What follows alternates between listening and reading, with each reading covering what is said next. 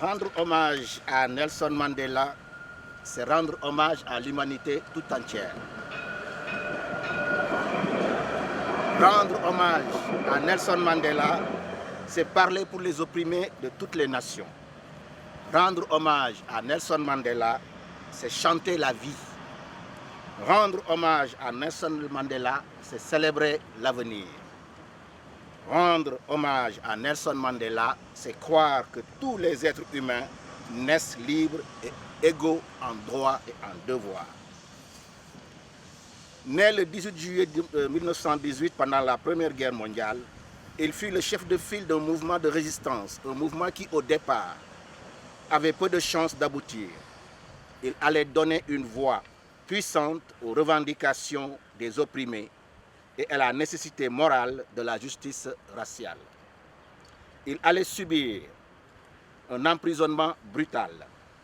Sorti de prison, il allait ériger un ordre constitutionnel afin de préserver la liberté pour les futures générations, un attachement à la démocratie et à la primauté des droits ratifiés non seulement par son élection, mais par sa disposition à renoncer au pouvoir après seulement un mandat.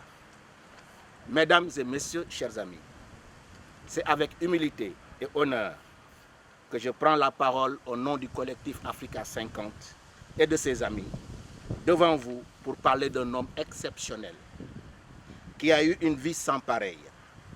Cette cérémonie, mesdames et messieurs, est le fruit d'un travail collectif qui se poursuivra cet après-midi avec des visioconférences. Je salue également le comité du Mandela Day du collectif Africa 50, composé du doyen Sadio Ngaïdé, du doyen Yamoutouale, d'Achata Diman, de Colette Ilunga, Acha Ngaïdé et Jean-Éric Sendé. Lorsque nous évoquons la mémoire de Nelson Mandela, héros de la lutte acharnée contre l'apartheid, président de l'Afrique du Sud, cette nation arc-en-ciel, et prix Nobel de la paix, on s'arrête sur l'image de l'homme militant, des causes justes et l'homme politique qui a été capable de pardonner ses anciens bourreaux, de s'asseoir avec eux à la même table et leur offrir le verre d'eau qui apaise le sentiment de haine et de colère après 27 ans de captivité et d'humiliation. Nelson Mandela est un leader. Madiba est un père pour nous tous. Nous sommes là parce que conscients de la noblesse de son itinéraire, nous entraîne avec nos rêves militants dans le sillage du combat héroïque et douloureux d'un homme d'engagement qui a, appuyé par ses frères d'Afrique et de la diaspora, a su briser le glaive et démanteler l'odieux système de l'apartheid, n'est-ce pas Colette? Il me paraît indéniable que son œuvre nous interpelle aujourd'hui plus que jamais. Les grandes tendances semblent maintenant se dégager et elles tendent invariablement à montrer que les défis actuels du monde, à savoir les défis politiques, économiques, sociaux et culturels, seront possiblement aggravés dans le contexte que nous vivons aujourd'hui d'après Covid-19. Le monde émergent qui semble être d'ores et déjà confronté à des défis de taille aura donc besoin de repères sûrs et crédibles pour son bon fonctionnement. Et Nelson Mandela en est un. Par conséquent, comment s'approprier aujourd'hui les idéaux et les combats de Nelson Mandela comme autant de repères crédibles face aux défis actuels et à venir?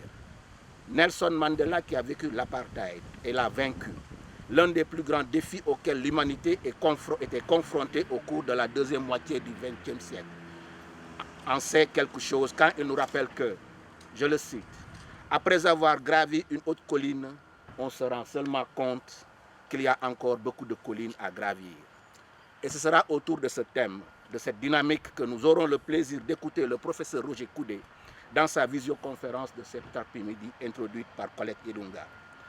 Le racisme astige toujours les tensions partout où le vivre ensemble est à l'épreuve.